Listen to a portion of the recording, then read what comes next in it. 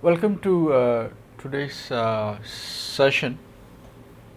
So, what I want to cover today is the read input sections that we sort of skipped over when we were actually going through the OCaml.org documentation. So, there were a couple of pages which actually had the read input functions, and the OCaml playground doesn't allow you to input text, and hence I'm going to show you how to use it from utop. Okay. If you have specific questions, feel free to ask in the chat. So the tour of OCaml, let me paste that link in the chat. Hi Sabine, welcome. I'm just going to paste the link to the tour of OCaml and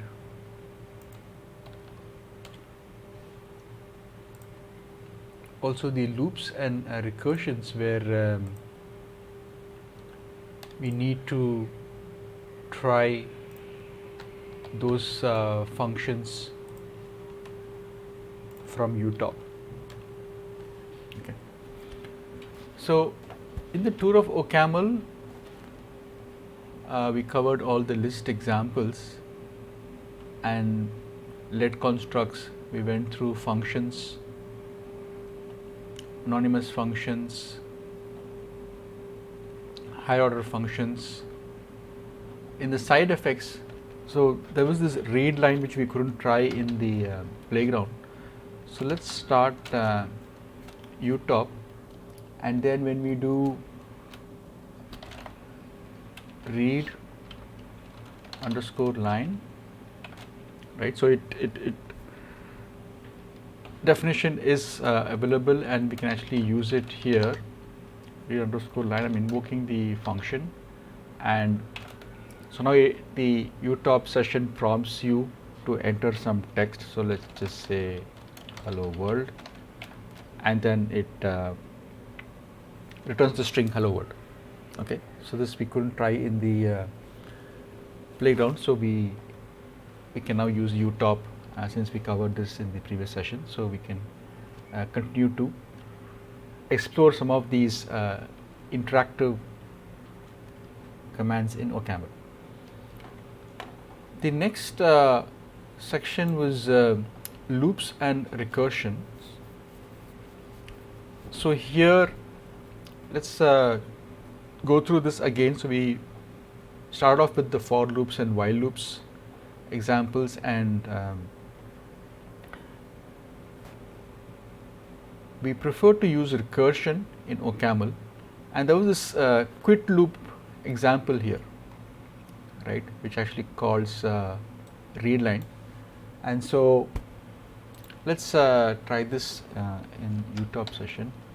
So to clear the screen in utop, you can press Ctrl L. Okay, that will clear the utop session. Now let's try this quit loop example. What it does is it prompts you for a character, and then if it is yes y, it basically exits the loop. Otherwise it keeps printing the string have you had enough yet, right? So let's try this. So I'm going to say let quit loop. It's an example for references, so by default it is set to false, and then I'm saying a while construct, while not quit loop, do, I'm going to print string have you had enough yet, and giving two options, yes or no, and then we read the input using readline, which we have just seen, and then we compare the character to y, then we say quit loop we reset the value to true, right, and then we just close the while loop here, right. So once I hit enter, it basically does the print string. Have you had enough yet? I say no, I can keep saying no, and when I say S, Y, it basically exits. Okay, so this is one of the examples which we can now try with the utop session.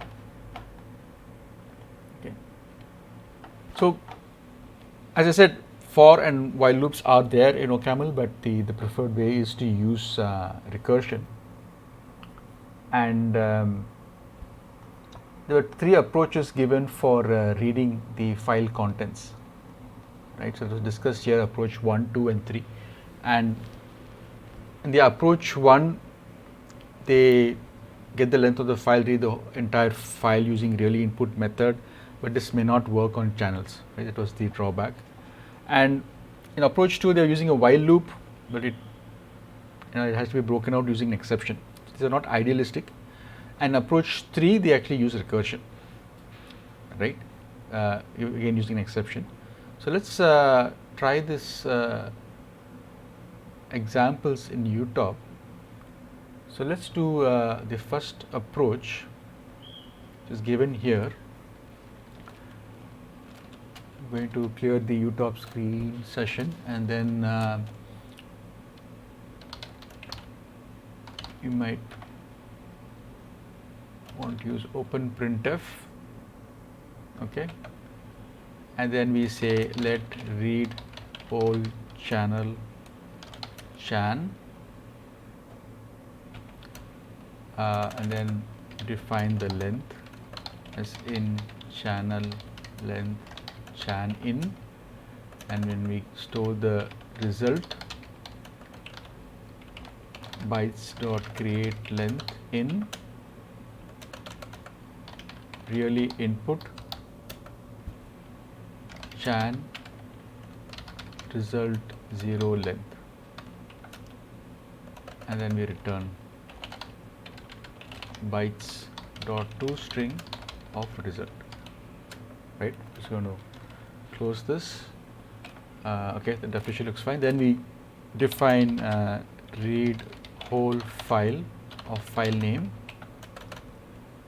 I say let chan equal to open in file name in, and I call this previous defined function whole chan, right. That looks good. Then we call let main. Now here the example gives you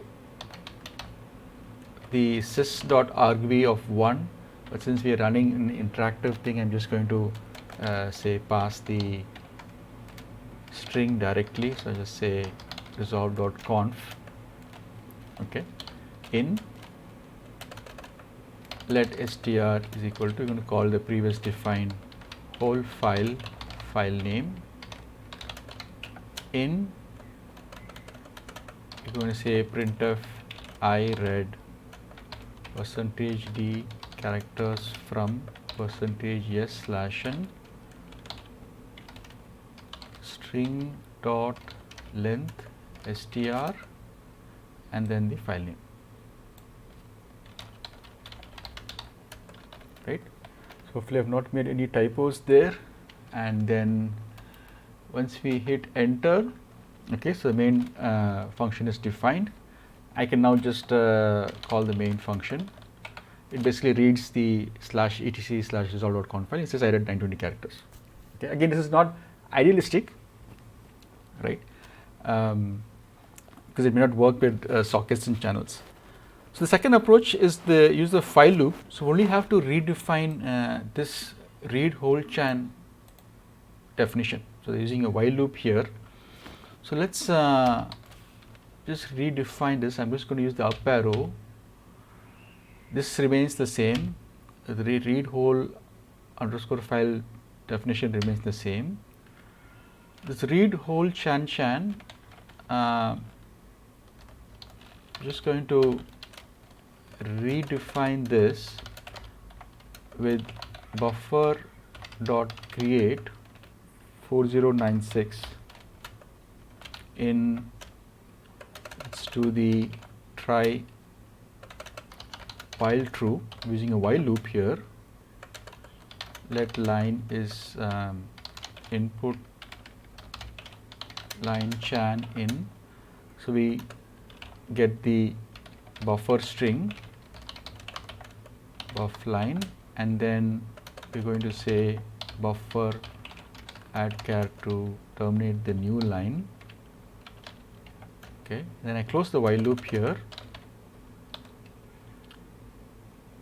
and then we say assert false, this is never gets executed, and then we finish the try with end of file. We just return the buffer.contents buffer. Now the good thing here that you see is we have only redefined this function that we want to change, right? Other two functions remain the same. And so now if I just call main again, right, it should basically return the same result, but now we are using the while loop. The third approach is very similar, but now we use recursion here. So we could just go back and redefine this. I'm just using Control A and then Control K to clear this old definition here, and here we define a recursive function loop, and we say let line is input line chan in, and then again we add the buffer, add string buff line, and we add the new line character, and we again call loop because we want to recursively call this.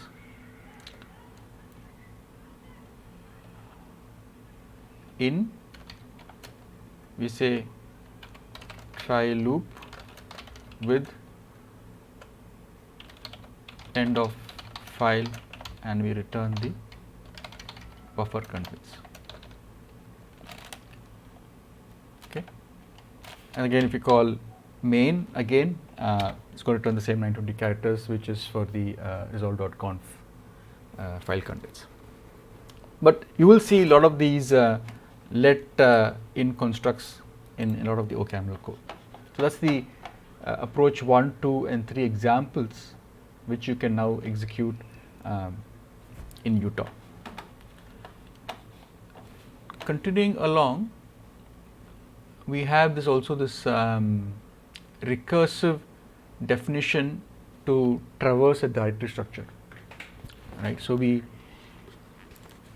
have this file system type, and we have other functions like read directory, no extension, converting string of file system. So these things we can now execute in utop.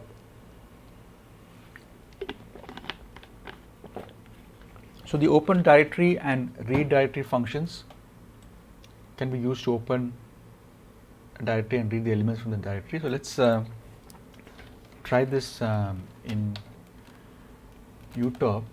I'm just going to clear the screen. So one thing that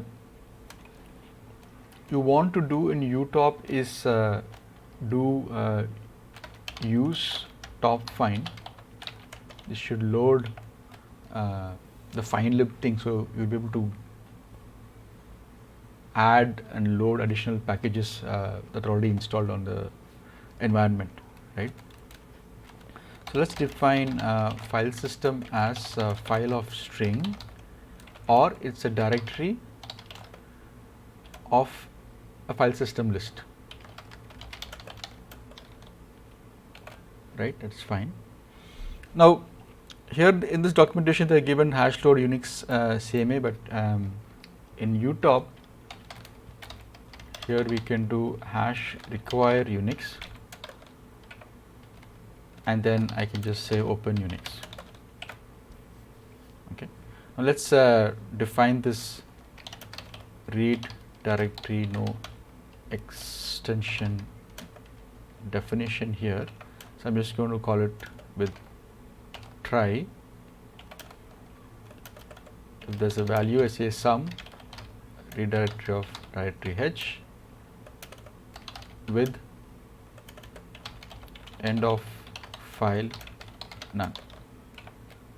Okay, that's the first definition, and I can of course ask for the definition here, no underscore x, and it returns. It takes a directory handle and returns a string option. And then we define this recursive function to convert the file system type into a string for printing. So that's the string of file system definition here. Let's define string of file system. Takes a file system and I match it. We like to do pattern matching. If it's a file, get the file name and append a new line, right? And if it's a directory, get the list and we do a list dot fold left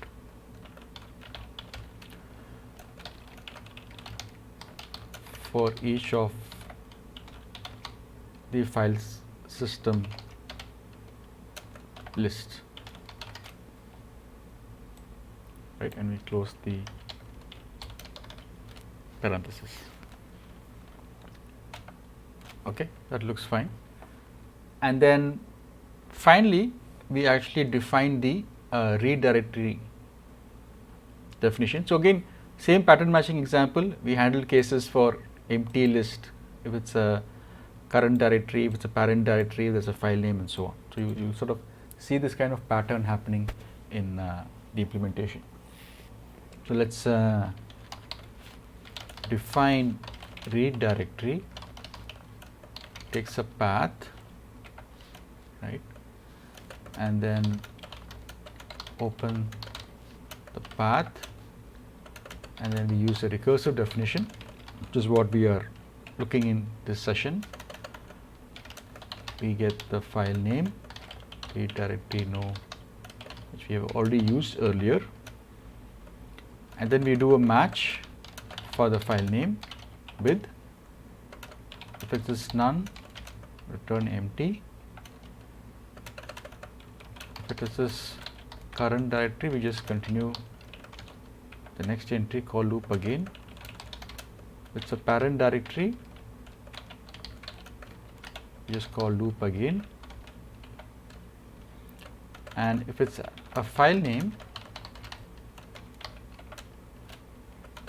then we actually get the path name first, the file name,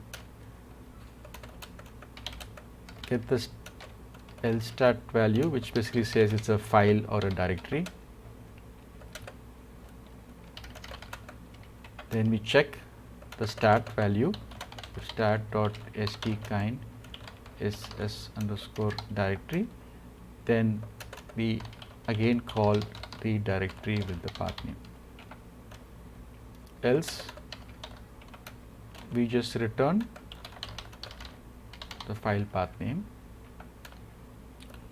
We close the let and we just call this loop, and we close the let directory of loop. It was a big function, but it covers the different cases here, right? So now let's use this function. Let's say read directory. If I say tilde, for example, right, it throws me an exception because it doesn't understand that tilde actually means the home directory. Now I can do, say, /etc. Again, it throws a different error. This time the exception is access, right? Now I can give the path to the nodes that we have, and it basically throws the different directories and the files listed here. Okay, so this basically works fine as a recursive definition example. Good. So this is the other input example that I wanted to cover today.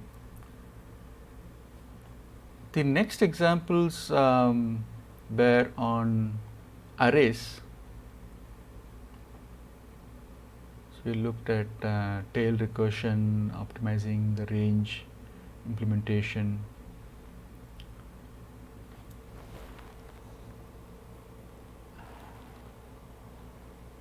Yeah, we looked at mutable records reference usage, and then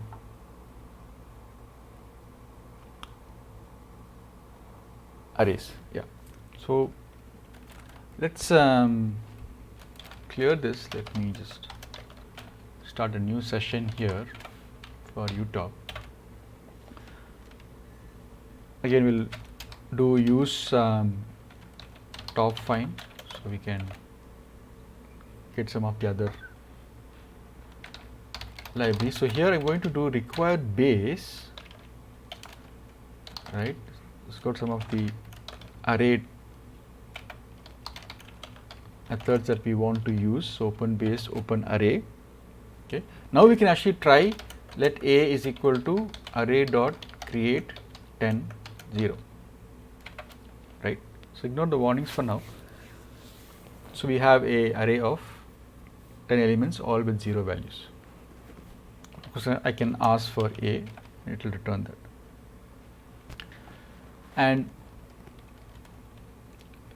this was to demonstrate the imperative nature of using array dot length to change the values here. So for I is equal to 0 to array length of a minus 1, what we are doing here is a I less than I, I'm assigning the value. I say done, and I ask for the value of a. Now it's changed from all zeros to 0 to 9. Okay, that's the mutable nature of arrays. That's what is given here.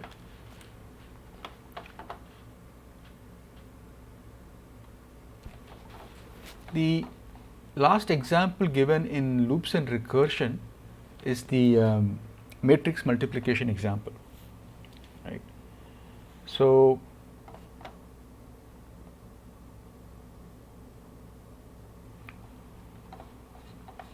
I'm not going to go through the actual formulae to use this, but we can actually try this. So for a size of say 30, let's clear the utop screen here. So let's try this example here. Size is 30. Now first is we are going to create the matrix, then there's an inner loop function, and then we actually do the matrix multiplication here. Okay, and then we actually try the computation given here. So let's try this in utop. So let's define matrix with rows and columns. Let count is equal to reference 1,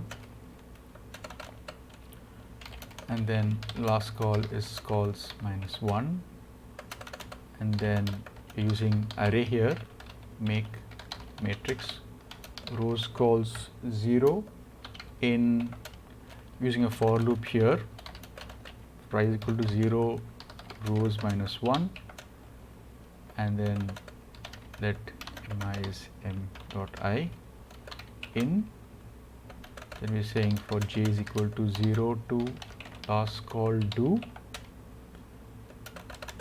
mi of j, the column. So this is an example for using references, right? We're modifying the value here, increment count. We close the for loop, the inner for loop. Now we close the outer for loop and return M. Hopefully I have not made any typos. That looks fine. Ignore the warnings for now. Let's define the inner loop here. A, B, M1, I, M2, J. If k is less than 0, then just return V. Else I am going to call inner loop of k minus 1 and V plus M1I of k times M2 Jj, M1I, M2 J. Hopefully I have not made any typos there. I'm just checking the values and the definition. That looks fine. Okay. Then we define the actual matrix multiplication. mmult rows, columns, M1, M2, M3. Let last column is cols minus 1 and last row is rows minus 1 in use a for loop is equal to 0 to last row do let m1i is equal to m1 of I and m3i is equal to m3 dot I in. We start the inner for loop, last call do, then I say m3i j inner loop, last row 0 m1i m2 j, close the for loop, close the outer for loop, and that's the matrix multiplication definition there. And finally, let's actually use this with an example. So what I'm going to do is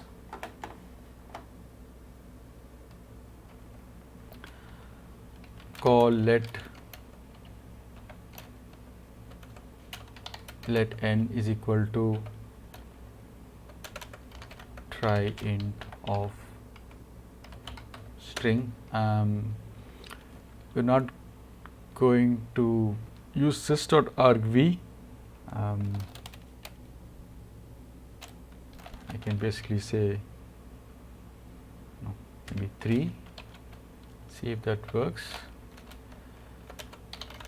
with invalid argument 1 and m1 is mk matrix size and size and m2 is mk matrix of size and size, and we create a new m3 is array dot make matrix size 0 in for I is equal to 1 to n minus 1 do. We do the actual matrix multiplication. M3, we close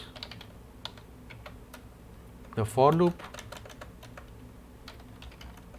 call size m1, m2, m3, and then we use printf dot printf.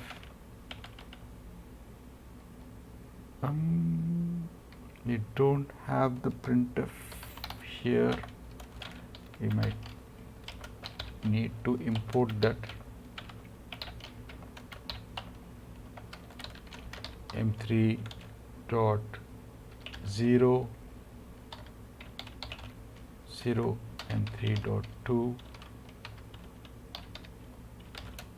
M3 dot 2 and finally we have M3 dot 4 and 4. Printf is not there. Did we do open printf? Let's try this again. It's still not imported. Let me check. Did I do stdio? Yeah, we need to do require stdio.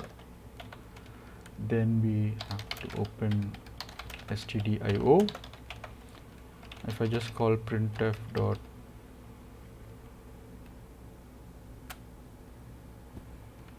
it still doesn't show. I think it's because there's a conflict in the packages. Let's scroll up and check. Why did base array? Okay, I think there must be a conflict in package definition there. So this printf doesn't have that definition there. We'll have to use just the stdio instead of the one provided by base. Anyways, so that's the context here, and once you do this, you will basically get an output of the values. And of course, this is a bit verbose, but I suggest you to try it out in a utop session, so you know how to write small compact functions and then just change specific functions for you to test and try things out. All right, I think we are nearing the 30-minute mark. Let me stop here and let me paste the link to the channel where this session's recording will be available, and also share the link to the Twitch repo where you can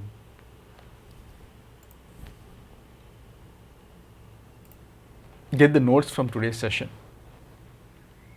Right. So let me paste that in the channel, and I think this time is good for Mondays. I think I will stream around 8 o'clock on Mondays, and Thursdays we can do a bit early, maybe at 6 o'clock or so. Right. So thanks for joining in. Any questions?